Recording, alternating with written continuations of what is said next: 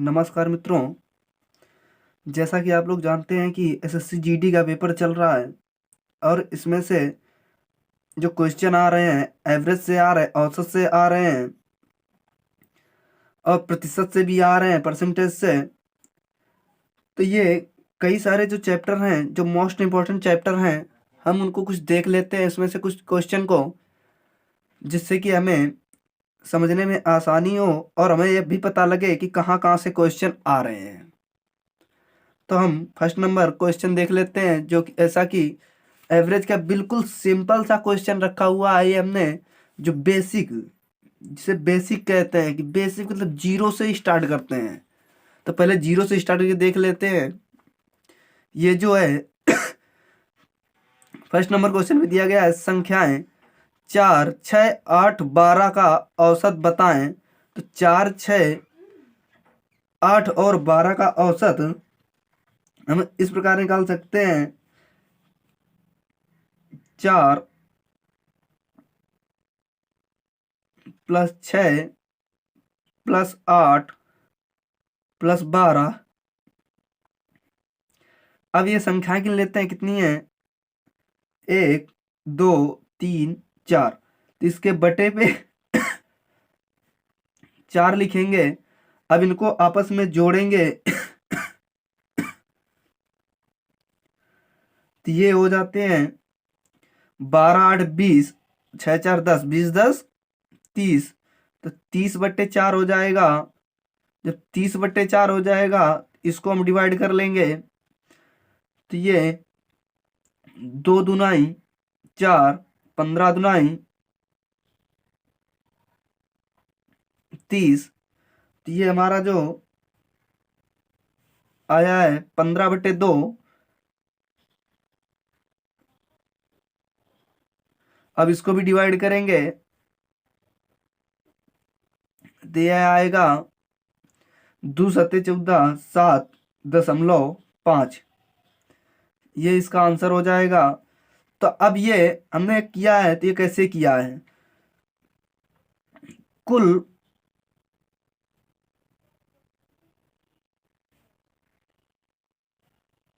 पदों का योग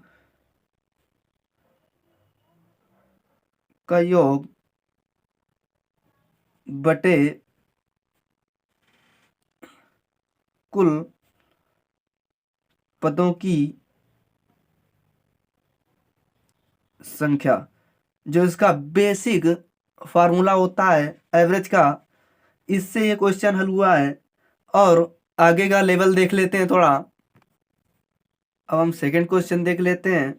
प्रथम 5 अभाज्य संख्याओं का औसत ज्ञात करो। तो प्रथम 5 अभाज्य संख्याएं कौन कौन सी हैं? 2,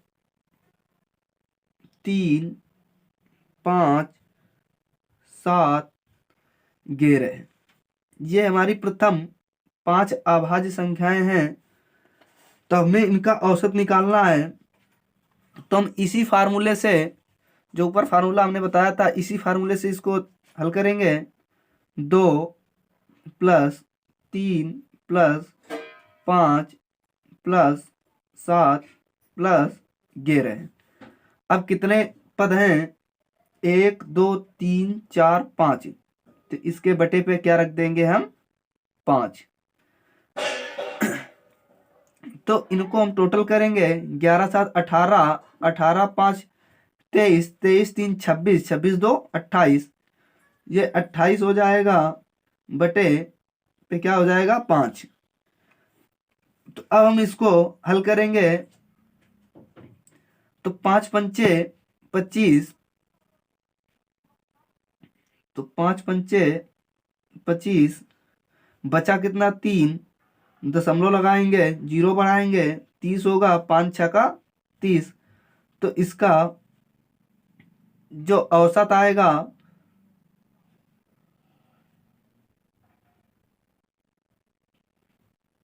औसत बराबर 5.6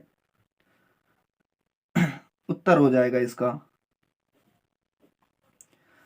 ये हम बेसिक बता रहे हैं। फिर हम कैसे एग्जाम हॉल में क्वेश्चन को हल करना है वो हम बताएंगे आगे चल करके। धीरे धीरे स्टेप हाई कर रहे हैं, जैसा भी लेवल है हाई करते रहेंगे धीरे धीरे करके हर क्वेश्चन पे।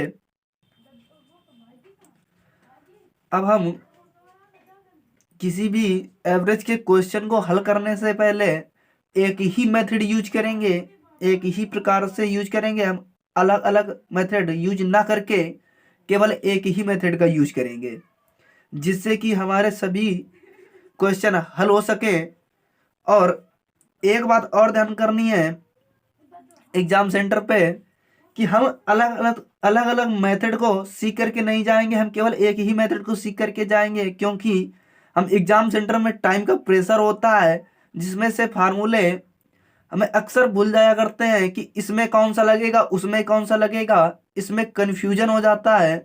तो इस वजह से हमारा आता हुआ क्वेश्चन भी छूट जाता है।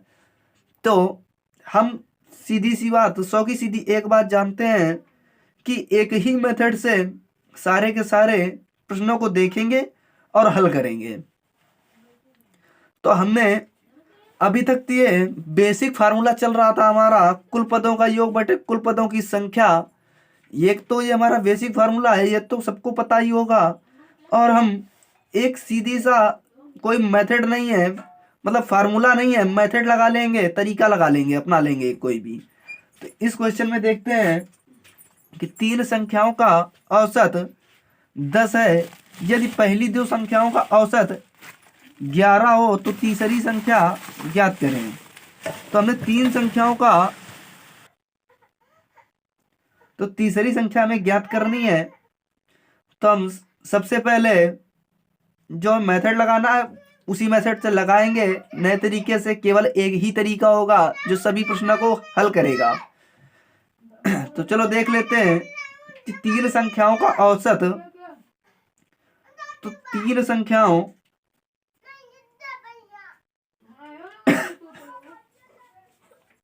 का औसत बराबर 10 है। तो पहली दो संख्याओं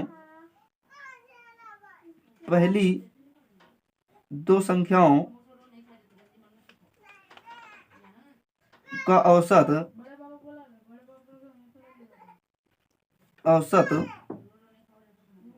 11 है।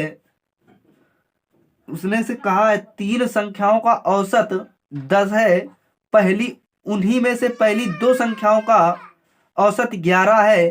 तो तीसरी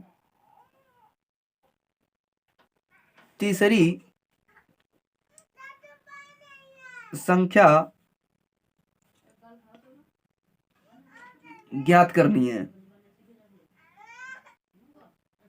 क्वेश्चन में यही कहा गया है 11 हो तो तीसरी संख्या ज्ञात करनी है, हमें यही निकालनी है। तो हम अपने मेथड का यूज करेंगे कि पहले तीन संख्याओं का औसत, कितनी संख्याएं थी? 3। तो हम इधर रखेंगे 3, इसका औसत कितना है? 10। तो इसकी 3 की पावर 10 कर देंगे। फिर हम बराबर कर देंगे, बराबर लगा लेंगे, क्योंकि पहली तीन संख्याएं थी ना, तो उसको एक साइड कर लिया। अब उन्हीं तीन संख्याओं में से पहली दो संख्याओं का औसत 11 है। तो कितनी संख्याओं का औसत 11 है? तो दो संख्याओं का औसत 11 है कि 2 की पावर हम 11 लगा लेंगे, फिर प्लस करेंगे, क्योंकि तीन संख्याएं थी इधर, तीन संख्याएं इधर भी होनी चाहिए। 2 प्लस करेंगे 1, 2 एक संख्याएं 3 हो गई कि नहीं? अब ये हमारी जो पावर, इसकी दो संख्याओं का पावर 11 था, तो ये जो एक संख्या है इसकी पावर कुछ भी नहीं पता हमको, मतलब इसका औसत कुछ भी नहीं पता है हमको, तो इसकी पावर हम x कर लेंगे। तो जब इसकी पावर की है हमने 3 की पावर 10 किया है, तो इसको इसके साथ में मल्टीपल कराएंगे तो 10 तिहाई 30, ये 30 कर लेते हैं, फिर बराबर किया। अब 11 इसकी पावर, 2 की पावर 11 किया है, तो 11 दुनाई 22 ये हो जाएगा।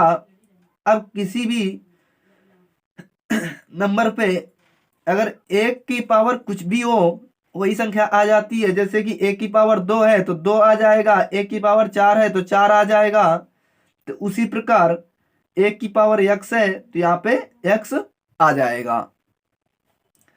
अब हमको x का मान ही तो चाहिए था, जो तीसरी संख्या हमारी x थी, इसी का मान तो चाहिए था हमें, x का मान जरूरत है। तो हम x बराबर किया 30, 30 - 22 कर लेते हैं, तो जो भी आएगा हमारी वही तीसरी संख्या होगी, बराबर 30 में से 22 घटाएंगे, बचेगा हमारा 8।